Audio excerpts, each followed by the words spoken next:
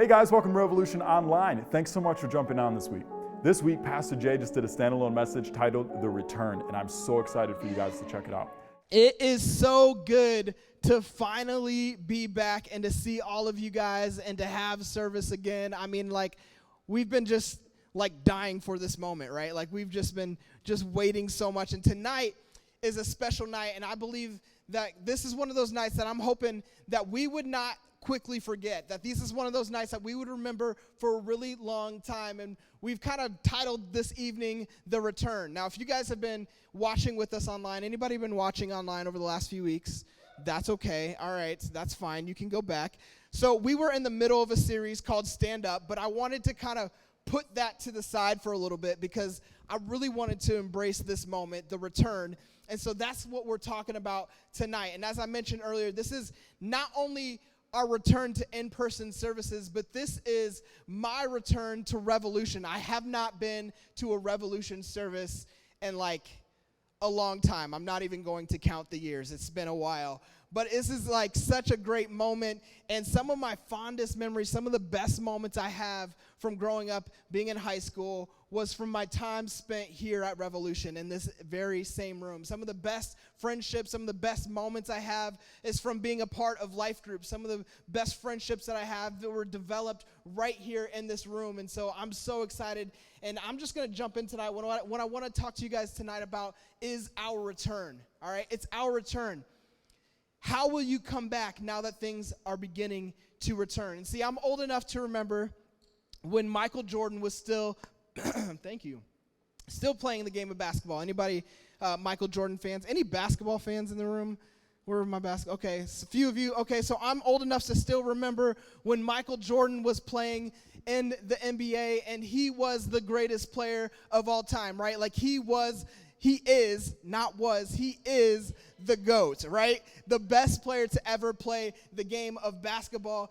And what happened is in 1993, Michael Jordan had just won his third NBA championship in a row, all right? Not just his third, but his third in a row, right? And right after winning that NBA championship, something tragic happened in his life, and his dad was tragically murdered. He tragically died. And a lot of people thought in that moment that Michael Jordan would never be the same again, that he would never be the same type of player. He stepped away from the game. He decided to take a break, and he decided that he was going to pursue this childhood dream on his heart, to pursue this dream that him and his dad had kind of had growing up, that he was going to go play baseball. Womp womp, right? Any baseball fans in the room? Good. Oh, sorry, there's a few of you. All right, sorry. So he decided he was going to go play baseball for a year, right? And he did it. It wasn't great, right? So he decided that he was going to make his return, and he came back, and when he returned, he went on to win 3 more NBA championships back to back to back, and a very important game against the Monstars in Space Jam, all right? Any Space Jam fans? Yes, okay. A very important game with his pal Bugs Bunny, and it was a great game. And Michael Jordan, his return proved to be greater than the years that he played prior to leaving the game the first time. Another person that comes to mind, personally don't love this guy, but he comes to mind is Tom Brady, all right? I know Lucas is in here. He's a big Tom Brady fan. All right, but Tom Brady is considered to be one of the greatest quarterbacks to ever play the game, maybe one of the greatest football players of all time. Many consider him to be maybe the GOAT of football. That's still up in the air. I don't know. I'm a Packers fan. Go, Pack, go. Yes, thank you. Awesome. I saw a Vikings fan in here earlier. You can go home. I'm just kidding. Stay here. I'm just kidding. I love you too. My wife is actually a Vikings fan, so I can't say that. She's born and raised in Minnesota. So we're a house divided. That's okay, though. So in Tom Brady, after becoming a starting quarterback, after just a few years as a starting quarterback, he had already won 3 Super Bowls. So he was doing great. Then at the beginning of the 2008 NFL season, first game of the season, a Kansas City Chiefs player comes in, hits him in the knee, completely destroys his knee. ACL, MCL, both of them torn. And again, people thought that Tom Brady would never be the same type of player again, right? And so he gets replaced, and even at this moment, so many people started wondering, well, was it Tom Brady or was it Bill Belichick? Like, which one was the greater mastermind? Because his replacement came in, and like, he wasn't quite to Tom Brady's level, right? But he was still doing pretty good. Like, the team was still like winning some games, and they were doing their thing. But then Tom Brady came back. And since his return from his ACL, MCL tear, he's gone on to win 3 more NFL championships. He's gone on to become the MVP 2 times. He was the comeback player of the year, and his return has been greater than what he's accomplished prior to his injury. In fact, he played this last weekend, and he won again and won another playoff victory, and he's gone on to be the leader in so many different statistical categories. How many football fans? I feel like I'm talking. Okay, there we go. We got some football fans. You guys are tracking with me, right? So he went on to be this amazing player that's still going. He's still writing his story of his return to the NFL. And there's so many other people I could mention. I could talk about Kevin Durant, who's making his return right now. I could talk about so many others. But the question, it begs the question, how will you return? You know, in this COVID season, how has your spiritual life changed? During this off season, have you continued to prepare for the journey ahead? Because we can all relate to these athletes in this one way, is that for every single one of us in here, every single one of us has suffered loss in one form or another. We've had to make great sacrifices. We've had to change the way that we've gone about our life. Our relationships have suffered loss potentially because of the lack of personal contact. This past year has looked so different for so many of us. Many of you guys have maybe lost out on a sports season or something special that was coming up. Many of our traditions have been lost. For Revolution, we weren't able to go to week-long this year, right? Like, that was a big loss. We weren't able to have our spring conference or our fall retreat. All of these things have looked so different. For so many of you guys, your school years have looked different. Fortunately for you guys who go to Bellevue schools, you guys haven't really had to do a lot of the virtual school thing, right?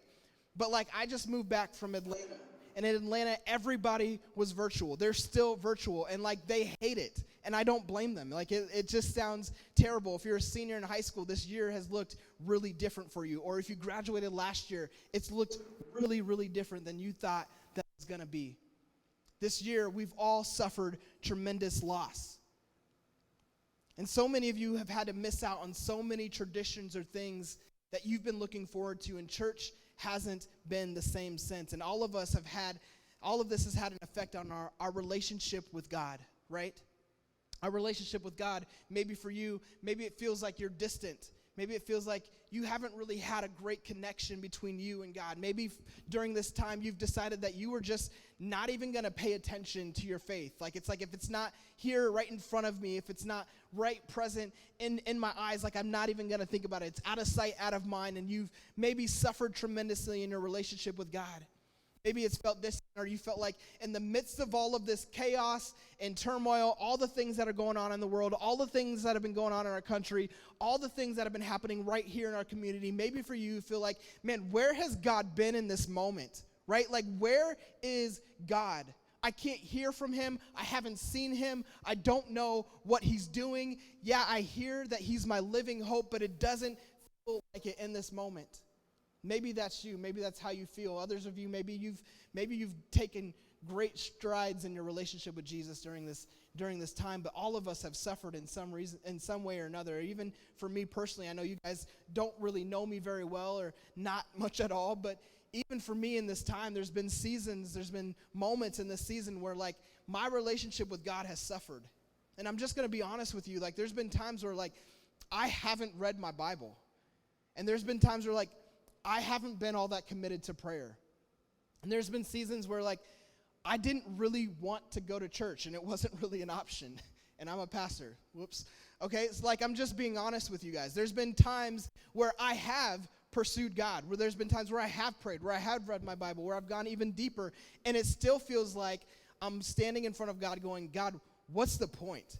Because I don't feel like I hear from in this moment. I don't feel like I see you. I don't know if you're still here with me. But that's when Jesus' path crosses with us. And it always seems like the times when it seems the darkest, Jesus shows up and he reminds us that he is still with us. And if we continue to pursue, if we continue to go after him, if we don't lose heart, we can't stop pursuing him. And tonight I believe that Jesus wants to meet you right here. And he's calling you to return back to him. To be honest, we're not the only ones to feel like Jesus has left us in the dark, or feel like maybe, we haven't been able to hear from him. There's a story in the Bible that I think about when I think about this moment, this idea of the return. There's this story between Jesus and his disciple Peter that's found in John chapter 21. And we see how John meets and he calls us to return back to him in a really pretty cool way. And the story kind of goes like this. Jesus comes to earth, right? And he picks out these 12 guys that are going to be his disciples when he begins his ministry. And these 12 guys are 12 guys who are going to roam the earth with him.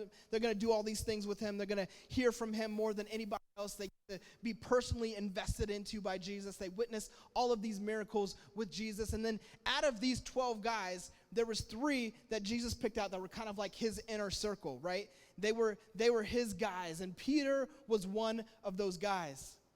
And so when Jesus is about to die for our sins, when he's about to go to the cross, all of a sudden, his man Peter is standing back in the distance. He's sort of watching how all of this pans out.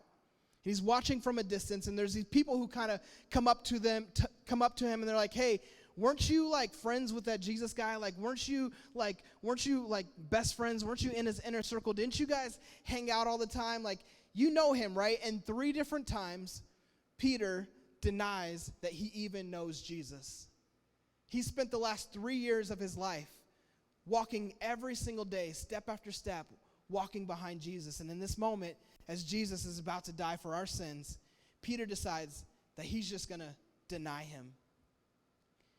And he denies that he ever even knew him. Well, Jesus, he ends up dying, and as the story goes, 3 days later, he raises from the dead, and he defeats death, and he begins showing up to all of these people, he shows up randomly to all these people who meant something to him and that were really important to him, and he starts visiting his disciples. And one day we find in John chapter 21, Jesus decides that he's going to show up to Peter and the other disciples. And Peter and some of the other disciples, they decided that they were going to go out fishing. Now, they were fishermen before they became disciples of Jesus. This is what they did for a living. They were professional fishermen.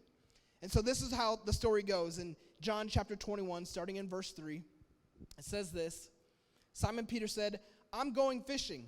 "We'll come too," they all said. So they went out in the boat, but they caught nothing all night. At dawn, Jesus was standing on the beach, but the disciples couldn't see who he was. He called out, "Fellas, have you caught any fish?" "No," they replied. Then he said, "Well, throw out your net on the right-hand side of the boat, and you'll get some." Now, for me, I'm reading this story, and I'm like, this is the most obvious, dumb advice that you could ever give to a fisherman, right? Like, you're fishing on a boat, and you're on this side, and he's like, "Hey, why don't you try coming to this side?" It's like, if there's no fish over here, there's probably not too many over there, right? Like, this just blows my mind. I'm not a fisherman. I don't really like fishing, but I'm just picturing this and being like, I don't think I'm gonna get I might get one, but like, I'm trying to get a haul of fish here, right? So anyways, they're much better than I am, because it says, so they did, and they couldn't haul in the net because there were so many fish in it. Miracle. Then the disciple Jesus loved said to Peter, "It's the Lord." When Simon Peter heard that it was the Lord, he put on his tunic, jumped into the water, and headed to shore. So he just bailed on his friend. He's like, "I'm out," right? It just jumps in the water. It says the others stayed with the boat, and they're pulling in the loaded fish, pulling in the loaded net to shore, for they were only about 100 yards from shore. So Peter dips out, and the other guys are like, "Can you help us?" He's like, "I'm out." It says, when they got there, they found breakfast waiting for them, fish cooking over a charcoal fire and some bread. "Bring some of the fish you caught," Jesus said. So Simon Peter, now he wants to help, went aboard, dragged the net to shore. There was 153 large fish, and yet the net hadn't torn. "Now come and have some breakfast," Jesus said. None of the disciples dared to ask him, "Who are you?" They knew it was the Lord. Then Jesus served them the bread and the fish.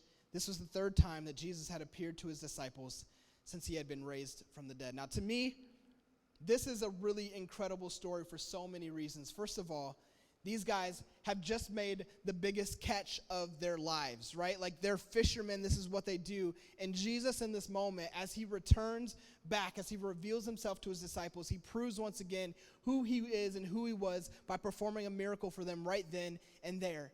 And they have all of these fish, enough fish to last them for a really long time. Not only that, but Peter, like I mentioned, just straight up ditches his guys, right? Like they're all pulling the net and Peter's just out. That's kind of funny to me. I don't know about you. But what's really amazing to me is the way that Jesus so willingly accepts Peter back in. Like, have you ever had someone betray you?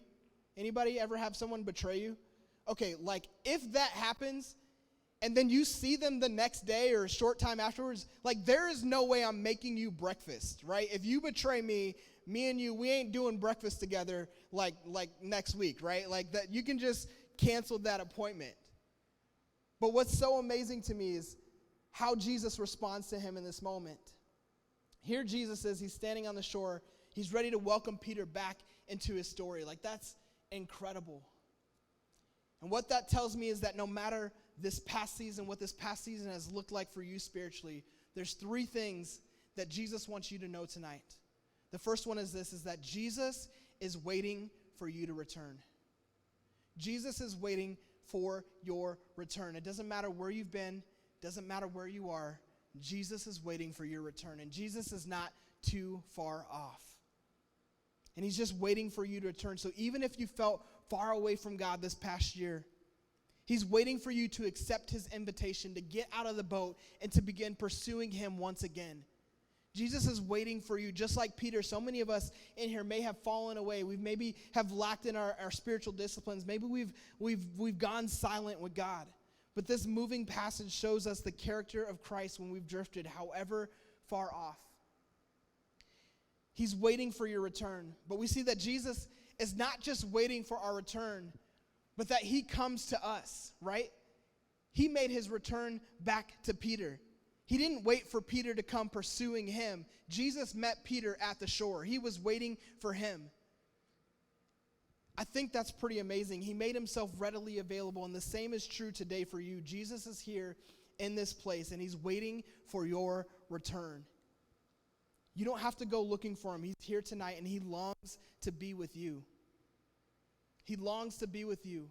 Whether you want to meet with him or not, Jesus is waiting for your return. Second thing is this, is that Jesus is already prepared for the moment. I want to jump back over to verse 9, and it says this, it says, when they got there, they found breakfast waiting for them, fish cooking over a charcoal fire. And Jesus says, now come and have some breakfast. Man, I love how Jesus has already prepared the way for Peter in this story, in this moment. When you think about the fact that Peter denied Jesus not too long before this moment, like he basically left us hanging. And Jesus, after his death and his resurrection, he shows up to Peter and he completely shows him how he's forgiven him and how he isn't holding any grudges, and he's just prepared the way for Peter to have this incredible moment with Jesus. In the same way, Jesus has already prepared for this moment with you tonight. Long before tonight, he's been waiting for your return. He's been waiting for you to come back to him. And Jesus has been prepared for this moment this entire time. It's no accident that you're here tonight. It's no accident that you just showed up. Jesus isn't someone who just waits for you to just show up. He's prepared for the moment. You can't catch him off guard. He's been waiting for you the entire time, and tonight is an opportunity for you to meet with Jesus, that he's already prepared the moment, and he's waiting for you to return back to him. He's waiting for you to come and pursue him, to get more of him, whether you've been with him or whether you've not been with him. He's waiting for your return back to him. It's the whole reason why he returned back to earth. It's the whole reason why he raised from the dead, is so that you can be invited into the story of him, so that you can know that you've been forgiven and that he doesn't hold it against you. In fact, he's prepared for this moment, and he's ready for you to come and return back to him. And the final thing is this, is he doesn't just restore some of you, he restores every part of you. Part of this passage that haven't read yet, starting in verse 15, it says, after breakfast, Jesus asked Simon Peter, Simon, son of God, do you love me more than these? "Yes, Lord," Peter replied. "You know I love you. Then feed my sheep." Jesus repeated the question, "Simon, son of John, do you love me?" "Yes, Lord," Peter said. "You know I love you." "Then take care of my sheep," Jesus said. A third time he asked him, "Simon, son of John, do you love me?" Peter was hurt. Another version says that he was grieved that Jesus asked this question a third time. He said, "Lord, you know everything. You know that I love you." Jesus said, "Then feed my sheep." This is an amazing moment for Peter and Jesus, because just a few moments earlier, Peter had denied Jesus 3 different times. And in this moment, Jesus gets to restore Peter back to his position with him. And he says, "You may have denied me 3 times, but I'm going to give you 3 opportunities to come back to me." And he says, "Peter, do you love me?" And as Peter says, "Yes, Lord, I love you," Jesus in this moment allows Peter the opportunity to not just be restored back partly, but Jesus is reminding Peter, "Peter, I still have a plan for you. I still have a plan for your life. Peter, go and do what I've called you to do. Go and be the person that I've called you to be. Peter, I'm restoring you back to the person that I once believed you were, and I know that you can still be." Jesus in this moment has not just prepared the moment. He's not just waiting for the return, but he's restoring us back to the people that he's called us to be. For each and every single one of us in here tonight, Jesus is wanting to restore you back to the person he's called you to be. Jesus has prepared this moment, and it's amazing. What was Jesus doing in this moment? Jesus was telling Peter, "Listen, man, just because you've messed up, just because you've made some mistakes, it doesn't mean that I'm through with you yet. Failure isn't final. Peter, I still have a plan for you," and it's not Jesus' desire for you to just dwell on your mistakes. It's not Jesus' desire for you to dwell on your past. And it's so often when we've made mistakes, when we've messed up, it feels like we've got the weight of the world just weighing on our shoulders. We've got the weight of the world weighing us down, and it feels like, man, I can't step up. I can't go and do what God's called me to do. I can't go and be that person anymore because I've been stained. I've messed up. I've done this wrong thing. Like, you don't know what I've done. You don't know what's on me. You don't know what people have on me. And Jesus is saying, "Listen, I'm ready for your return. I'm calling you to come back to me." See, Peter isn't known for who he was in the past. He's not known for how he denied Jesus. Peter is known as being the cornerstone of the church. He's known for being the person who pioneered the Christian church. And I want you to know that God can do so many amazing things through each and every person in here, but it requires you to return to Jesus. I want you guys to hear this. You don't have to be known for your past, but you can be known for how you return to Jesus. How you return to Jesus. Listen, this night tonight is significant for me personally, because for years, I've thought about moving back to Bellevue. I've been all over the country, and for years I've had this question, and my wife and I would have this discussion like, "Hey, do you want to move back to Bellevue?" Some of you in here can't wait to get out of Bellevue, I understand. But this was home for us. And so we'd have this discussion, "Hey, should we go back?" And I would always be like, I don't know if I want to go back, because there's so many people who know me for my past. There's so many people who know me for who I used to be. And I don't know if anybody can accept me for who I am now. And we'd have this discussion, and I'd be like, "Yeah, I mean, like, we can move back, but I don't think I would ever pastor in Bellevue. Like, I don't think I would ever be the youth pastor of Revolution, because I was so worried for how people would perceive me. I've grown up in this church my whole life, and I worried that people would just be like, "Oh, that's Peggy Dunstan's son. That's little Jay. Oh, we remember him when he was in high school, and he was trying to play the drums like Jaden. He wasn't as good. Still not. Don't want to be." But as I made the decision, and I believed that God was calling me back, it dawned on me that I don't want to be known for my past. I want to be known for how I return. I want to be known for how people have seen how I've grown in my relationship with God. They've seen how I've grown up, not just in age, but I've grown in maturity. I've grown in my walk with Christ. I've taken steps to move forward. I'm not in the same place I was when I was in your seat. And I want that to be an encouragement for you tonight, that you don't have to be known for your past. You can be known for how you return back to Jesus. And I know that we're maybe making a bigger deal of tonight than it really is, but I believe that tonight can be really special for each and every single one of us. Because at some point you have to make the decision whether you're going to get back in the game or not.